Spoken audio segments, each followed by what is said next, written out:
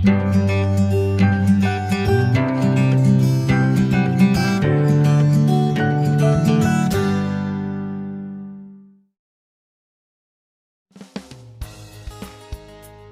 semangat pagi, saudara sebangsaku, semoga kalian dalam lindungan Tuhan Yang Maha Esa. Di sini, Jendela Official akan menampilkan berita-berita yang menarik dan akurat. Simak terus pembahasan ini, jangan lupa subscribe, like, komen, dan share channel ini, agar kalian dapat terus mendapatkan informasi-informasi yang bermanfaat.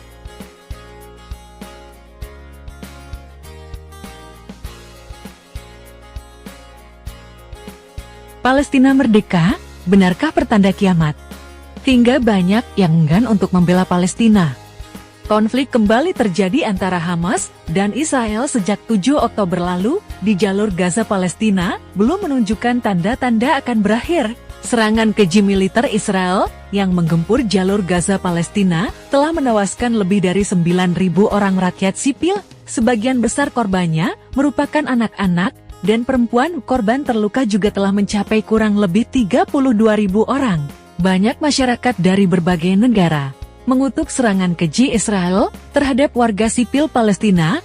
Seruan untuk memboikot produk-produk Israel gencar dilakukan sebagai upaya penolakan tindakan Israel terhadap rakyat Palestina, serta seruan untuk segan menghentikan peperangan. Dukungan dan bantuan terus dikirimkan untuk membantu para pengungsi dan korban perang di Gaza. Di sisi lain, semenjak konflik Israel-Palestina kembali pecah, banyak informasi yang tersebar di sosial media tentang yang mengatakan, jika Palestina merdeka, maka kiamat sudah dekat. Benarkah demikian?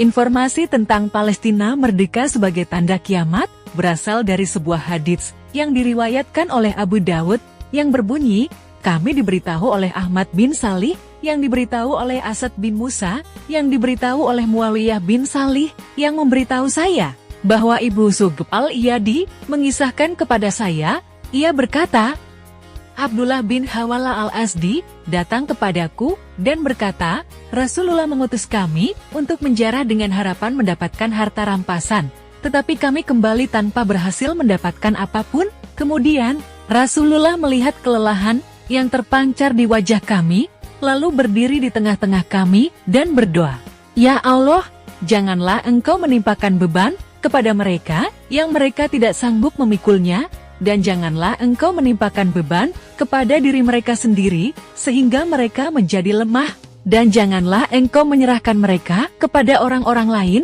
sehingga orang lain akan memanfaatkan mereka.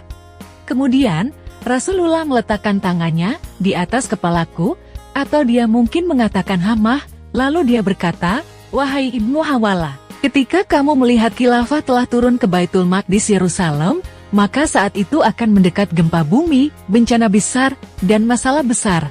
Pada hari itu, saat kiamat akan lebih dekat bagi manusia daripada jarak ini antara tanganku dan kepalamu. Abu Dawud berkata, Abdullah bin Hawala adalah dari Homs. Hadis riwayat Abu Dawud. Ibnu Ruslan dalam kitab Syarh Sunan Abi Dawud menjelaskan bahwa Abdullah bin Hawala al-Asdi yang disebutkan dalam hadis di atas hidup dalam 2 masa kekhalifahan, yaitu masa kekhalifahan Muawiyah bin Abi Sufyan di kota suci Yerusalem Baitul Maqdis yang dimulai tahun 41 Hijriah, dan masa kekhalifahan Abdul Malik bin Marwan di wilayah Damaskus Syam yang dimulai tahun 80 Hijriah. Selama hidup di 2 masa kekhalifahan ini, Abdullah bin Hawala menyaksikan secara langsung apa yang telah disebutkan dalam hadits, yaitu banyak terjadi gempa bumi hingga menghancurkan bangunan-bangunan tinggi.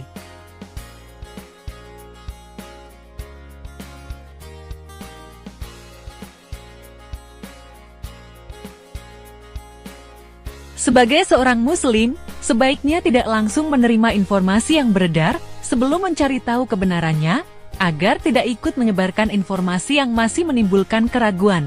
Salah satunya hadits di atas, mengutip pada laman resmi Muhammadiyah. Hadis ini masuk dalam kategori hadis lemah, karena beberapa perawinya masih diragukan.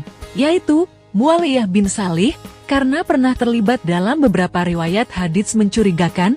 Selanjutnya, Ibu Sukib al-Iyadi, atau Abdullah bin Sukib, seorang perawi yang kurang dipercaya, karena kurang dikenal. Selain itu, terdapat variasi penamaan dan atribusi perawi dalam hadits ini, sehingga menimbulkan keraguan terkait konsistensi dan kesahihannya. Dari sisi perawi, sudah dapat menunjukkan kelemahan hadits ini.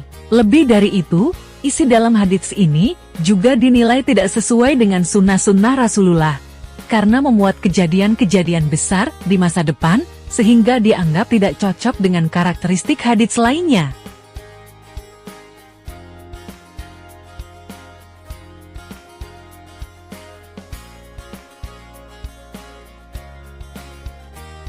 Pengetahuan tentang hari kiamat sebenarnya tidak dimiliki oleh manusia, bahkan Rasulullah. Pernyataan ini dibuktikan dalam Quran Surah Al-A'raf ayat 187, yaitu, mereka menanyakan kepadamu tentang kiamat, kapan terjadi? Katakanlah, sesungguhnya pengetahuan tentangnya hanya ada pada Tuhanku, tidak ada seorang pun yang dapat menjelaskan waktu terjadinya selain Dia. Kiamat itu sangat berat huru-haranya bagi makhluk yang di langit dan di bumi. Ia tidak akan datang kepadamu kecuali secara tiba-tiba. Mereka bertanya kepadamu, seakan-akan engkau mengetahuinya. Katakanlah Nabi Muhammad, sesungguhnya pengetahuan tentangnya hanya ada pada Allah, tetapi kebanyakan manusia tidak mengetahui. Dalam ayat ini, sudah sangat jelas bahwa Allah satu-satunya yang mengetahui tentang hari kiamat.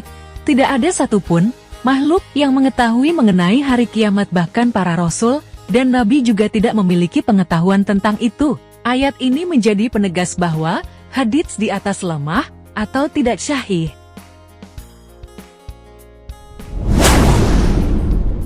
Hadits yang menjadi dalil orang-orang beranggapan jika Palestina merdeka, maka hari kiamat semakin dekat, ternyata bertentangan dengan surah Al-A'raf ayat 187. Karena hanya Allah yang mengetahui tentang hari kiamat, sehingga Palestina merdeka tidak ada kaitannya dengan hari atau pertanda kiamat. Gambaran jelas tentang hari kiamat, kapan dan seperti apa terjadinya hanya akan terjadi atas izin Allah. Kita sebagai makhluknya hanya bisa mengimani bahwa hari kiamat pasti akan terjadi, dan setelah itu akan ada hari pembalasan. Jadi kita perlu mempersiapkan bekal kebaikan sebanyak mungkin, agar kelak diberi tempat terbaik di sisi Allah. Dengan demikian kita sebagai umat muslim harus terus memberi dukungan kepada saudara-saudara kita di Palestina yang sedang berjuang mempertahankan hak-hak mereka. Marilah terus mendoakan agar Allah memberikan perlindungan dan segera menurunkan pertolongannya. Amin.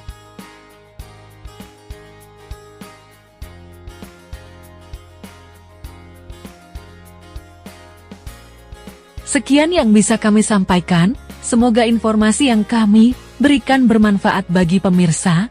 Mohon maaf jika ada kesalahan dalam menyampaikan informasi. Kami ucapkan terima kasih. Semoga Tuhan memberkahi dan merahmati kita semua. Amin.